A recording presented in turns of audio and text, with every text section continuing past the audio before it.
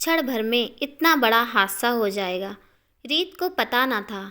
कुछ घंटे पहले ही तो राघव ने रात का खाना खाया था। फिर वह बिस्तर पर ही फर्श और कागज कलम लेकर बैठ गया था। रीत जब कमरे में आई तो उसने राघव को काम में लगे देखकर कहा, सोना नहीं है क्या? उसकी बात सुनकर उसने रीत से कहा था कि वह और पीहू सो जाए, उसे कुछ हिसाब लिखना है, उसके बाद ही वह सोएगा। रीत जब सवेरे सोकर उठी तो उसने राघव को जगाना चाहा, पर यह क्या, उसका तो शरीर ठंडा पड़ चुका था। राघव का लिखा हिसाब पर्स में अभी तक रखा हुआ था। कल ही तो वह अपनी तनख्वाह लेकर आया था।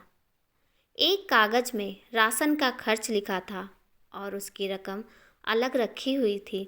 दूसरे कागज में पीहू की स्कूल फीस व अन्य खर्चे दर्ज थे और उनके लिए रुपए अलग कर दिए थे। राघव आखिरी प्लान बनाकर चला गया। उसने अपने खर्चों का, अपनी गाड़ी के पेट्रोल का और जेब खर्च का कोई हिसाब नहीं लिख रखा था।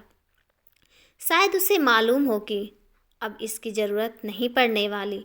रीत ने राघव का सूटकेस खोला। उसमें रखा सारा सामान ज्यों का त्यों पड़ा था। एक एक चीज़ को राघव बड़े करीने से सजाकर रखता था। ऑफिस के कागजात रखने के लिए अलग ब्रीफकेस था। व्यक्तिगत चीज़ों का एक रजिस्टर था जिसमें वह खुद के और रीत के नाम, निवेश, शेयरों, डिबेंचरों, म्यूचुअल फंडों, जीवन बीमा पॉलिसियों और बैंकों में सावधि जमा के खाते आदि दर्ज करता था। दफ्तर से आते ही वह यह रजिस्टर लेकर बैठ जाता था। कई बार रीत उसके इस काम से ऊबकर फटकार भी दिया करती थी। उसकी फटकार सुनकर वह बोलता, ये सब तो भविष्य के लिए है, मेरे लिए, तेरे लिए और इस छोटी पीहू के लिए। राघव को प्लान करने की आदत थी। बड़ी प्लानिंग, छोटी प्लानिंग और रोज़मर्रा की प्लानिंग, यानी प्लान करना ही उसकी ज़िंदगी थी। वह कहा भी करता था, रीत, बिना प्लानिंग के ज़िंदगी कुछ भी नहीं है। जितने दिन जियो अपने अनुसार जियो। यह ज़िंदगी बहुत छोटी है और कामों की श्रृंखला बहुत लंबी है। अपने सोचे हुए काम अगर पूरे नहीं हुए तो मन में मलाल रह जाता है। इसलिए कामों को चुनना है। जितने ज़रूरी लगे उतने ही पूरा करने की कोशिश करो, बाकी छोड़ो, वे तुम्हारे नहीं हैं, वे बस मोह हैं। इस मोह को त्यागना है और अपनी ज़िंदगी को अपने प्लान के हिसाब से जीना है। सचमुच तुमने मोह त्याग दिया राघव, अनायास रीत के मुँह से निकला। तुमने प्लान किया मुझे अकेली छोड़ने का, ऐसा स्वार्थी तुम्हारा प्लान निकला। तुमने सिर्फ अपना प्लान किया, मेरी ज़िंदगी की भी प्लानिंग करके जाते। अपने पर्स को दफ्तर से आते ही राघव इसी सूटकेस में रख दिया जा करता था। सूटकेस खोलते ही रीत को वह पर्स मिला। धीरे से रीत ने पर्स खोला। एक रंगीन पासपोर्ट साइज में राघव का आइडेंटिटी कार्ड देखते ही उसकी आंखों से आंसू छलक आए।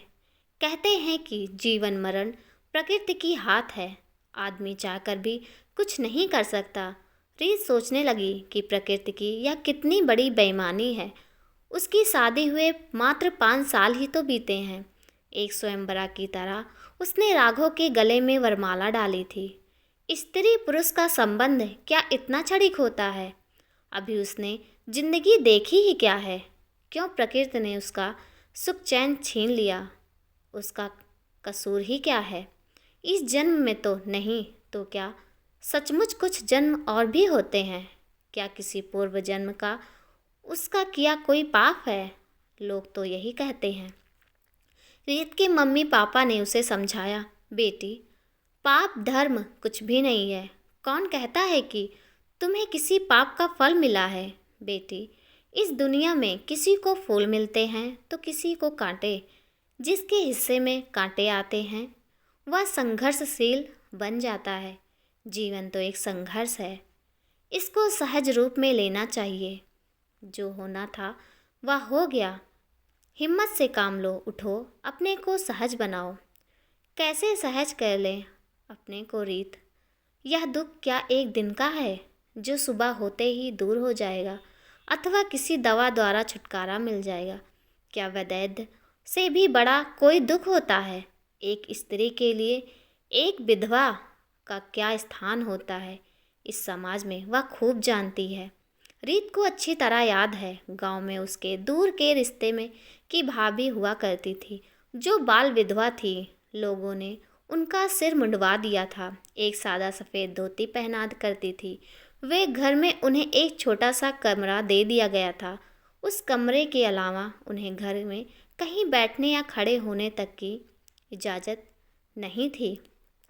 अपने अंधेरे कमरे से गांव के मंदिर तक का ही बस उनका संसार था। सुबह सूरज उगने से पहले और शाम को सूर्यास्त से पहले फीका उबला हुआ सा खाना, एकदम रंगहीन और बेस्वाद, उन्हें खुद बनाकर खाना होता था। और यदि किसी कारणवश वह अपना खाना ना बना पाई तो फिर पूरा समय भूखे पेट ही काटना पड़ता था, क्योंकि उन्हें घर की रसोई से कुछ भी नहीं दिया जाता था। उन्हें किसी के साथ हंसी मजाक या बोलने की इजाज़त तो छोड़ो, किसी पुरुष की ओर देखना भी वर्जित था। कोई भी सुबह सुबह उनका चेहरा नहीं देखना चाहता था, और यदि किसी ने गलती से देख भी लिया तो सब उन्हें पता नहीं क्या क्या कहकर जलील करने से पीछे नहीं हटते थे। किसी शुभ अवसर पर उनके कमरे से बाहर निकलने पर सख्त पाबंदी थी। शादी विवाह के शुभ अवसर पर उनकी उपस्थिति की मनाही थी। उनकी छाया तक से लोग दूर भागते थे। रीत भी अब एक विधवा है। पति के दाह संस्कार के दिन सास ने उसके हाथों की चूड़ियां तोड़कर पानी में फेंक दी थी। बिंदी और माथे का सिंदूर धुलवा दिया गया। कितना भयावान और दर्द भरा समय है या उसके लिए वह सुहागन नहीं रही। लोग अब उससे घृणा करेंगे, घर से और समाज से कटकर रह जाएगी। वाह, अब तो यही उसका हश्र है। क्या वह इस स्थिति को स्वीकार कर ले? नहीं, या एक बुज़दिली होगी। वह नए जमाने की लड़की है, वह दुनिया का सामना करेगी। वह गांव की निरीह भाभी नहीं बनेगी। जिंदगी में एक हादसा ही नहीं आता, और भी आ सकते हैं पहले से भी बड़े। तो क्या वह जिंदगी इस तरह हारती रहेगी? नहीं, कदापि नहीं। रीत ने पर्स को मोड़कर ज्यों का त्यों रख दिया। अनायास ही उसका हाथ सूटकेस की पॉकेट में चला गया। इस पॉकेट में राघव द्वारा लाई लहठी, एक प्रकार की चूड़ी रखी थी, जो कुछ दिनों पहले वह रीत के लिए लाया था। लेकिन वह अब इन लहठियों का क्या करेगी? किसके लिए पहनेगी? अब कौन देखने वाला है इन्हें? किसके लिए इन्हें पहनकर सजेगी? जो चाव से लेकर आया था वह वही नहीं रहा। ये सब चीज़ तो सुहागने के लिए होती है ना, तो वो सुहागन भी नहीं रही। उसे याद आने लगा था कि कैसे कभी कभी राघव अपना प्यार जताने के लिए उसे बिठाकर उसका श्रृंगार किया करता था और कहता था कि तुम हमेशा ऐसे ही सज संवर कर रहा करो, मुझे अच्छा लगता है। और रीत उसे तो मानो उसके सीने से लगकर सारे जहाँ की खुशियाँ मिल जाती थी। राघव जब भी उसे बाहों में समेटता था तो वह अपने सारे दिन की थकान को भूलकर उसमें खो जाती थी। लेकिन अब वह किसके लिए सजे और किसकी बाहों में सिमट कर अपना दुखड़ा रोए? उसकी आंखों से फिर आंसू टपकने लगे थे। कुछ देर के लिए वह निष्क्रिय हो गई। घर का सामान आदि जब भी कभी वह देखने लगती तो ऐसा ही होता है। घर में उलट पुलट करने की आदत उसकी पुरानी है। राघव बार बार कहा करता था, यह क्या तुम घर की चीज़ों की उठापटक में लगी रहती हो? सारा सामान इधर उधर फेंकने लगती हो। क्या तुम्हें और कोई काम नहीं? क्यों नहीं तुम अपनी पढ़ाई फिर से शुरू करती हो? मैं इस बार पटना जाकर तुम्हारे नए कोर्स की सारी किताबें लाके देता हूँ। राघव फिर पटना नहीं जा पाया और रीत की पढ़ाई अधूरी ही रह गई। वह एमए नहीं कर पाई। अब तो और भी कुछ करने का उसका मन ही नहीं करता। पीहू को स्कूल पहुँचाने का काम आया कर देती है। स्कूल का रिक्शा दोपहर में पीहू को घर पहुँचा जाता। पीहू स्कूल से आती है तो कुछ देर के लिए उसके साथ उसका मन बहल जाता, लेकिन पीहू के बार बार पूछने पर कि उसके पापा कब तक आएंगे, वह कुछ भी जवाब नहीं दे पाती। राघव के मृत शरीर को जब शमशान घाट ले जाया जा रहा था तब पीहू सवाल कर बैठी थी, क्यों पापा को इस तरह लिए जा रहे हैं।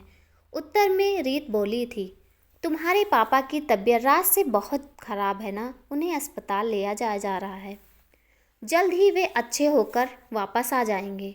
तब तक तुम बाहर जाकर आराम से खेलो। 1 महीना गुजर गया, लेकिन रीत पीहू के सवाल का जवाब नहीं दे पाई।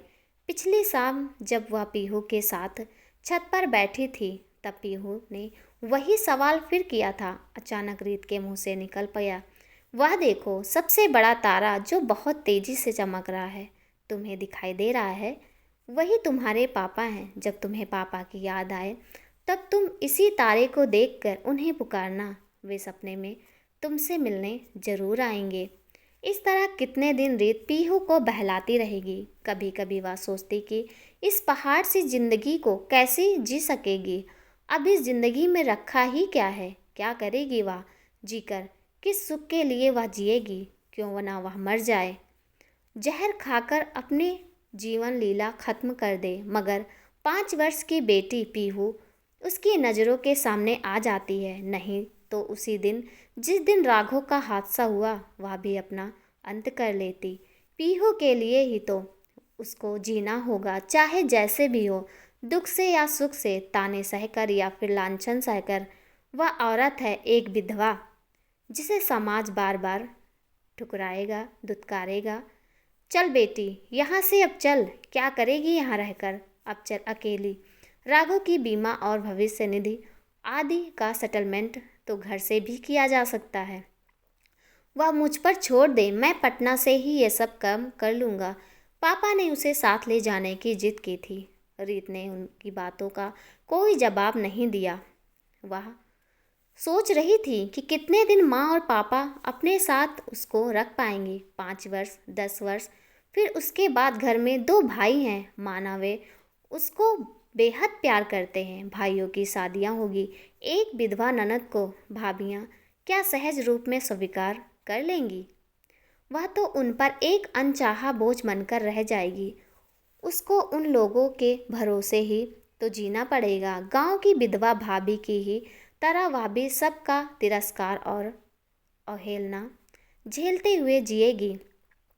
रीत की माँ ने भी उसको बहुत समझाया था कि तुम्हारे पापा ठीक ही कहते हैं बेटी, उनकी बातें मान ले और अपने घर चल। हम समझाएंगे कि हमारी बेटी कुंवारी ही है, हम सब मिलकर संभाल लेंगे, हम अपने दुलारी बेटे को पाल लेंगे। तुम अकेले यहाँ कैसे रह पाओगी? बहुत लंबा जीवन है, अकेले अकेले सब कुछ करना मुश्किल होगा। अपने पापा की बात मानकर साथ चलो। तुम्हारे भाई भी तुमसे कितना प्यार करते हैं, वे तुम्हें पलकों पर बिठा कर रखेंगे। माँ कहने को तो ये बातें कह गई, लेकिन वे खुद ही इस बात को समझती हैं कि उनके कथन में जरा भी सच्चाई नहीं है। कोई भी माँ अपनी बेटी को जिंदगी भर नहीं पाल सकती। उसकी ममता, उसका प्यार, उसकी थोड़ी सी जिंदगी तक ही सीमित है। माँ बाप आखिर कब तक साथ निभा सकेंगे? आखिर उनकी भी तो उम्र हो गई है, और फिर अपना भार बेटों या बहुओं पर नहीं थोपा जा सकता। उनकी भी अपनी ज़िंदगी है, और भाई उसकी आगे की जिम्मेदारी उठा भी ले तो क्या गारंटी है कि भाभियाँ भी बिना किसी ताने उल्हाने के उसे अपने पास रखने को तैयार हो जाए। दूसरों के सहारे रहकर तो वो हर चीज़ के लिए मोहताज हो जाएगी। कैसे वह अपनी बेटी और अपनी बेटी की ज़रूरतों को पूरा कर सकेगी? कैसे वह उसे उज्जवल भविष्य दे पाएगी? रीत गांव वाली भाभी की तरह दूसरों की दया पर नहीं जीना चाहती थी। उसने माँ को 2 टूक जवाब दे दिया था, तुम पापा को समझा दो माँ कि वो मेरे लिए अधिक चिंता ना करें, वे खुद ही कितने कमज़ोर हैं। इतनी चिंता फिक्र करने से उनकी सेहत और भी खराब हो जाएगी। मैं अपना दुख सहन करना सीख लूँगी माँ, ये तो जीवन जिंदगी भर का साथ रहेगा, और आप लोग कब तक मेरा सहारा बने रहेंगे? कभी तो मुझे खुद के पैरों पर खड़ा होना ही है। दूसरों के ताने और आलोचनाएं सुनकर कुछ सोचने से बेहतर है कि मैं आज ही अपनी ज़िंदगी के बारे में कोई फैसला कर लूं। रीत का जवाब सुनकर माँ की आंखें छलछला उठी थी, क्योंकि इस सच्चाई को तो वह भी नहीं झुठला सकती थी कि समय सदा एक सा नहीं रहता, वह हमेशा बदलता रहता है। फिर उन्होंने रीत के साथ चलने को नहीं कहा। रीत ने बिंदियों के पैकेट से एक छोटी सी बिंदी निकाली और ड्रेसिंग टेबल के सामने खड़ी होकर अपने माथे पर लगा ली। कुछ देर के लिए उसे लगा कि जैसे उसने कोई पाप किया हो। फिर उसने अपने मन को समझाया, वह गांव वाली भाभी की तरह कभी नहीं बनेगी। यह बिंदियाँ तो राघव ने इसको बड़े प्यार से ला कर दी है। इन पर तो केवल उसी का अधिकार है। उसकी याद में वह इन्हें हमेशा अपने साथ रखेगी, चाहे लोग उसे कुछ भी कहें। ये कड़वे सच की तरह है, जिन्हें वह राघव के लिए ज़िंदगी भर संजो कर रखेगी। बिंदी वाले पैकेट को उसने फिर वापस रख दिया। अचानक उसकी नज़र राघव की कंपनी के प्रबंधक निदेशक द्वारा भेजे गए उस लिफाफे पर पड़ी, तो एक दिन पहले ही उसे मिला था। लिफाफा खोलकर उसने पत्र निकाला और पढ़ने लगी। प्रबंधक निदेशक ने लिखा था, राघव के असमय निधन से कंपनी के हम सभी लोग दुख के स्तंभ रह गए हैं। आप पर क्या गुजरती होगी, इसे हम अच्छी तरह समझते हैं। हम आपसे अनुरोध करते हैं कि राघव की जगह लेकर आप कंपनी की सेवा में आ जाएं। आपका समय भी कट जाएगा और हमें खुशी होगी कि हम अपने पूर्व कर्मचारी के परिवार के लिए कुछ कर सकें। रीत कुछ क्षण सोचती रही और फिर उसने फैसला ले लिया कि वह नौकरी जरूर ज्वाइन करेगी। बिना देर किए उसने सूटकेस से साड़ी निकाली और ड्रेसिंग टेबल के सामने आकर खड़ी हो गई। साउथ सिल्क की साड़ी में वह खूबसूरत दिख रही थी। जैसे ही उसने माथे पर बिंदी लगाई, उसे लगा जैसे गहरे अंधेरे के बाद उजाला हो गया हो। राघव का दफ्तर वाला बैग उसने अपने हाथ में उठाया और माँ को कहा, माँ पापा से कह देना मैं उनके साथ नहीं जा सकती। मैंने अपना रास्ता चुन लिया है। मैं राघव की कंपनी ज्वाइन कर रही हूँ। माँ ने रीत को एकटक देखती रही। उसके माथे की बिंदी और चेहरे के तेज भाव को रीत का वह एक दूसरा ही रूप था, जिसे देखकर माँ के मन में कौतूहल के साथ एक अज्ञात भय पैदा हो गया।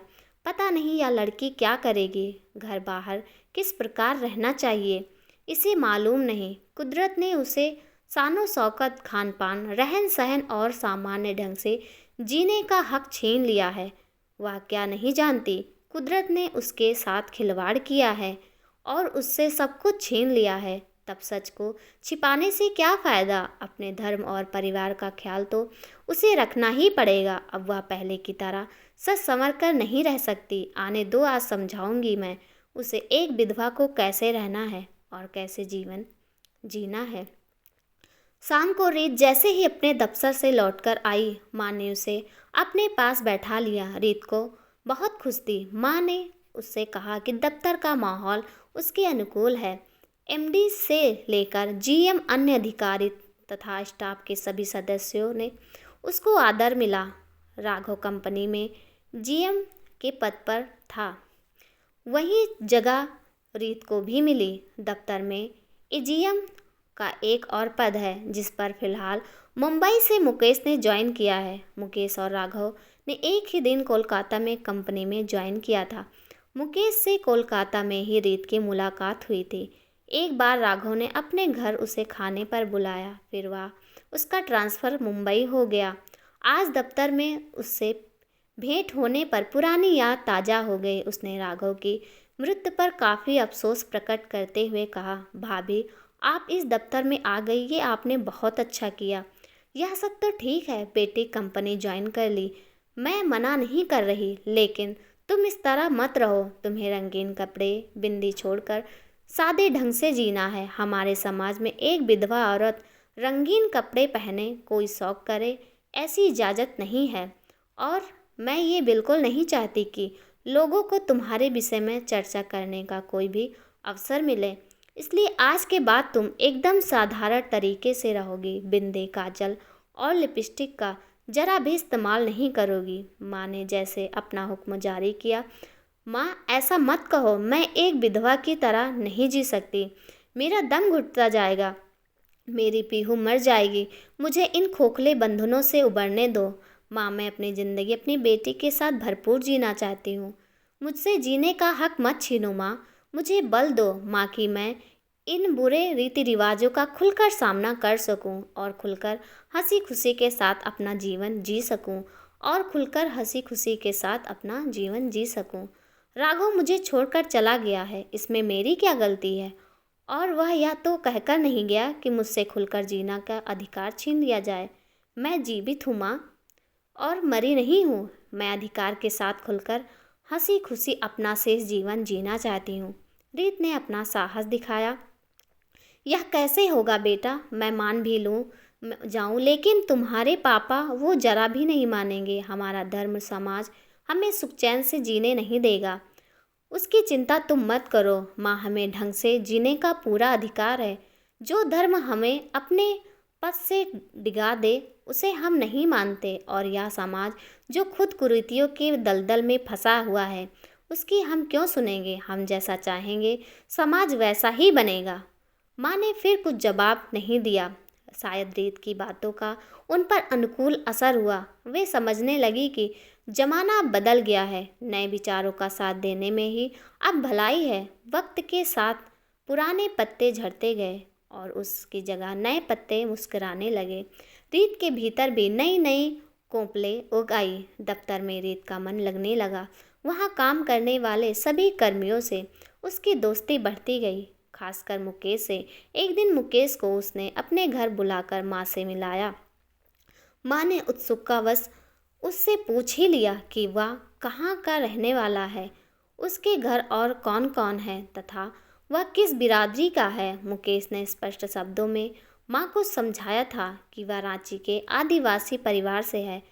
उसके घर में माता पिता और शादीशुदा 2 बहनें हैं। वैसे हम खाटी हिंदू हैं, लेकिन किसी दकियानूसी धर्म या नीति से बंधे नहीं हैं। हमारा परिवार एक उन्मुक्त परिवार है, उसमें दुनिया की सभी धर्म जातियों समाहित हैं। इंसानियत ही हमारी जाति है और वही हमारा धर्म है।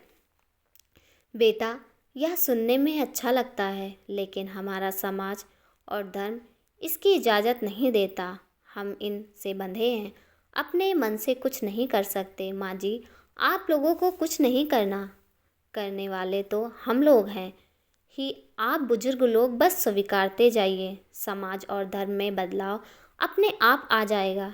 तुम ठीक कह रहे हो बेटा। माँ जी, आपने स्वीकार कर लिया, फिलहाल बस इतना ही काफ़ी है। मुकेश बोलकर जैसे निश्चित हो गया। मुकेश और रीत के बीच दोस्ती गहराती जा रही थी। एक दिन आखिर मुकेश ने हिम्मत करके रीत के सामने शादी का प्रस्ताव रख ही दिया। इस पर रीत ने कहा कि मैं अकेली नहीं हूँ, मेरे साथ मेरी 5 वर्ष की बेटी पीहू भी है। मुकेश, क्या तुम उसे भी स्वीकार करोगे? ऐसा क्यों बोलती हो पीहू? तुम्हारी बेटी है तो वह मेरी भी बेटी है। हमारे लिए एक बच्चा काफ़ी है, अब और की हमें ज़रूरत नहीं। मुझ जैसी एक बच्ची की माँ और विधवा औरत से तुम शादी के लिए तैयार हो गए। मुकेश, यह तुम्हारा बड़प्पन है। अरे, तुम्हारी तुलना में मेरा बड़प्पन कोई अर्थ नहीं रखता। रीत, तुम जैसे उच्च खानदान की लड़की एक आदिवासी से संबंध करने को तैयार हो गई। इस पर आज ही नहीं, आने वाली पीढ़ी भी नाच करेगी। धर्म, समाज और जातिवाद की कुरीतियों पर जो तुमने कुठाघात करने का साहस किया है वह प्रशंसनीय है। आखिर दोनों की सहमति मिल गई और एक दिन दफ्तर के सहकर्मियों के साथ दोनों ने कोर्ट में शादी कर ली। माँ को पता चला। उन्होंने तो रीत से बस इतना ही कहा कि मैं तो मान गई, लेकिन तुम्हारे पापा बर्दाश्त नहीं करेंगे और धर्म समाज से तुम्हें ज़िंदगी भर लड़ना पड़ेगा। रीत ने माँ को साथ रहने के लिए मना लिया। सोचा माँ साथ रहेगी तो पापा ज़रूर आएंगे और किसी भी तरह उन्हें वह मना ही लेगी। यह सोचकर रीत के भीतर एक खुशी लहर दौड़ गई। रीत ने अपने ऊपर लगने वाले विधवा के ठप्पे का अंत कर दिया। कोई अब उसे विधवा नहीं कह सकता। वह सदा सुहागन रहेगी। अब उसकी ओर कोई उंगली नहीं उठा सकता।